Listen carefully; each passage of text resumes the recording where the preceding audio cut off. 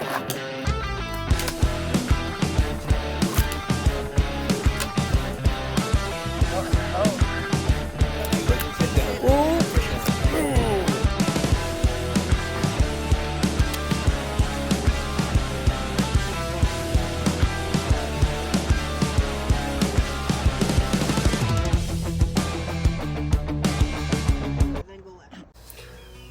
we doing today, guys? Stovetop coming at you with a little video, a little something different. So, most of you guys know I ride 34 loose nut fingerboards, but today I want to try to shake things up. You know, for a while I started feeling like I was in a rut, always doing the same tricks on the same things all the time, using the same deck, same setup, which is great. Don't get it twisted. It's how you build your consistency. So today we are going to try this semi-chub, 29 millimeter, smallest size I've ever used in my life. Compared to my main board, really makes her look like a chunky girl. I've got a couple of homies that really speak highly of 29 millimeter boards, so let's find out for ourselves. So like I had said, this is a semi-chub 29 millimeter special, handmade in New York City from a deck maker known as Masterhand 666. Plug right there. I was gifted this board at Fingerboard Con. I traded him a 29 millimeter loose nut board for this board right here. It was hand painted by him in the small little lake town of Queensbury, New York. So there's a lot of New York lore and a lot of New York love into this board. And you can feel it just looking at it, from the paint to, I don't know if this will focus in, but the plies. There's such a beautifully made board. If you haven't checked out Semi-Chub fingerboards, check them out. Take a look at what they got.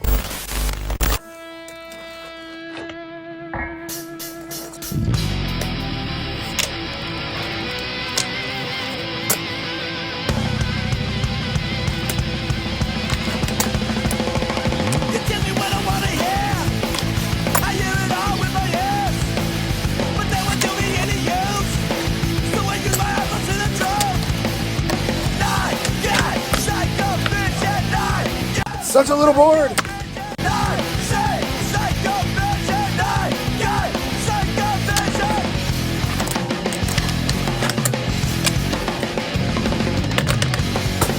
There it is.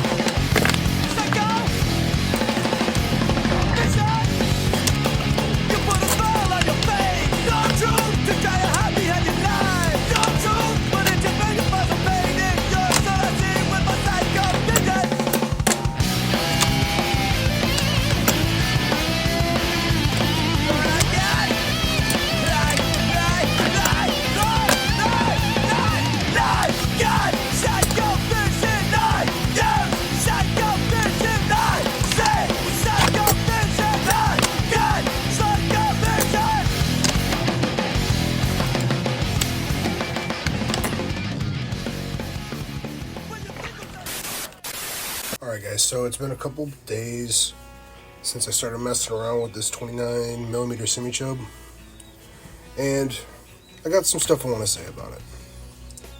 So like, for the longest time, I was a huge hater against anything less than like 32 millimeter boards.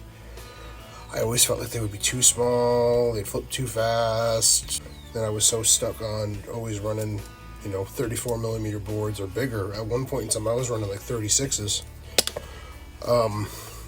I think there's pros and cons to each kind of size, you know, whether it's bigger or smaller, and going back and forth between these two boards right here has really, I think, helped me dial in some of those key differences. The biggest one, mainly the size, but not just, well, how big it is, but like how much space you have to land on the board and catch your tricks clean. If there's one thing that I learned was how much more clean you had to be to get your fingers to land bolts, because you have so much less room. You have to be on point with your landings, and you have to be on point with how you flick your tricks. You know, I found that when I do a kickflip on this board, usually I'll set my fingers up in this such shape, and I'll usually just get my kickflip almost always first try. But when I went to this board, if I was too far over to this on this tail, the board goes into a varial.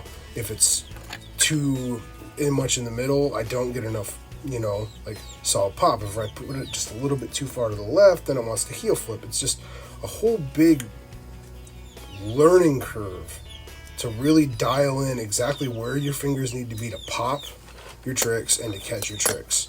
And you gotta be a lot more precise. And I think that using a smaller board, you're gonna build that precision a lot. I don't want to say faster, but it's going to really make you have to work harder to get that trick clean.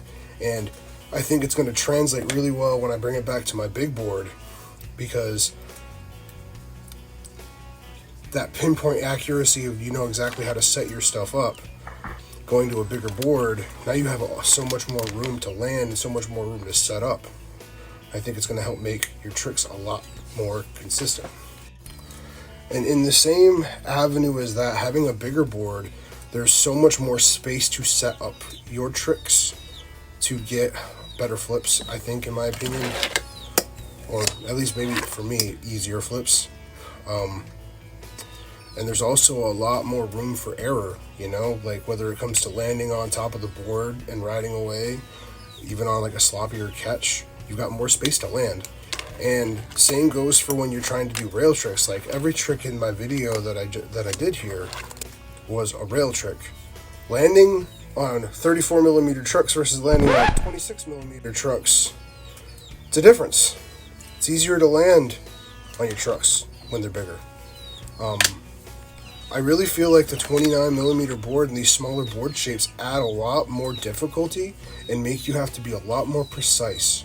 And I've got a new respect for the homies that main these small boards on a daily. I don't know if this is going to become a main setup for me.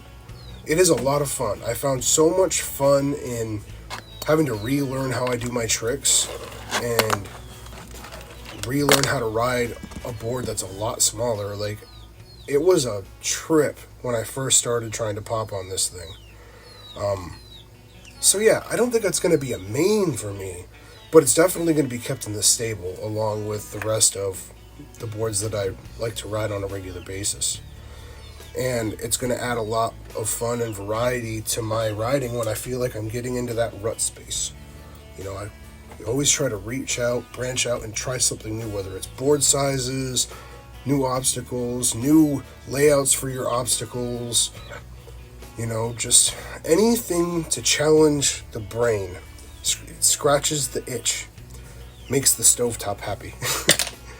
Anyway, guys, thank you so much for hanging out while we sushed around on this 29mm board. I know I've been gone for a little while, and I want to dig into that a little bit, but I think I'm going to save that for another video. Just know that I'm still hanging out, I'm still chilling, I'm still fingerboarding all the time. You know, things just don't always go the way that you want them to go, but you gotta weather the storm, get through what you gotta get through, and get back to doing the things that you love to do. So I love to do this stuff, and I'm really glad and really happy that I finally found something inside myself to make some fresh content for you guys. Anyway, this has been Stovetop FB. Thanks for hanging out, guys. Thanks for chilling. Peace.